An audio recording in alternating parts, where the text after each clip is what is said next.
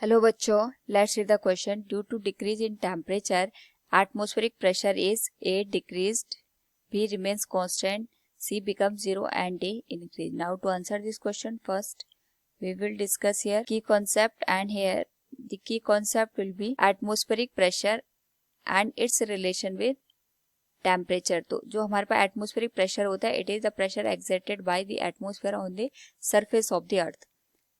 Now अगर हम बात करें यहाँ पे हमारे पास जो टेम्परेचर और एटमॉस्फेरिक प्रेशर होते हैं, अगर हम इनकी बात करें तो both are reciprocal too. Now according to the question, यहाँ पे अगर हम बात करें तो हमारे पास जो एटमॉस्फेरिक प्रेशर होता है दैट इज रेसिप्रोकल, और हम कह सकते हैं that is inversely proportional to the temperature of the given system.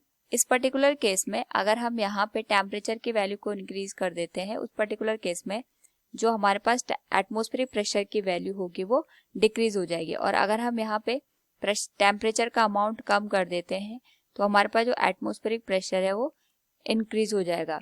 Now according to the question हमसे पूछा गया है, अगर हम यहाँ पे टेम्परेचर को डिक्रीज कर दें तो उसके करस्पॉन्डिंग हमारे पास जो एटमॉस्फेरिक प्रेशर होगा ये इंक्रीज करेगा. इसको हम इस तरीके से भी अंडरस्टैंड कर सकते हैं कि ये अर्थ है, ये अर्थ का मिडिल पोर्शन जिसको हम यहाँ पे इक्वेटर के नाम से जानते हैं.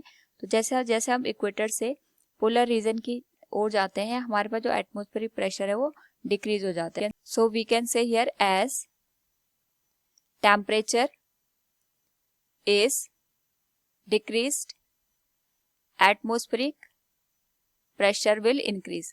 तो यहाँ पे हम जैसे जैसे इक्वेटर से पोलर साइड की ओर जाते हैं, हमारे पास जो टेम्परेचर है इसकी वैल्यू यहाँ पे कम हो जाती है, जिसके करस्पॉन्डिंग एटमॉस्फेरिक प्रेशर की वैल्यू हमें यहाँ पे इंक्रीज होते हुए नजर आती है. So we can say here due to decrease in temperature atmospheric pressure is increased. Option D will be the right answer. Hope all you understood it. Thank you and best of luck.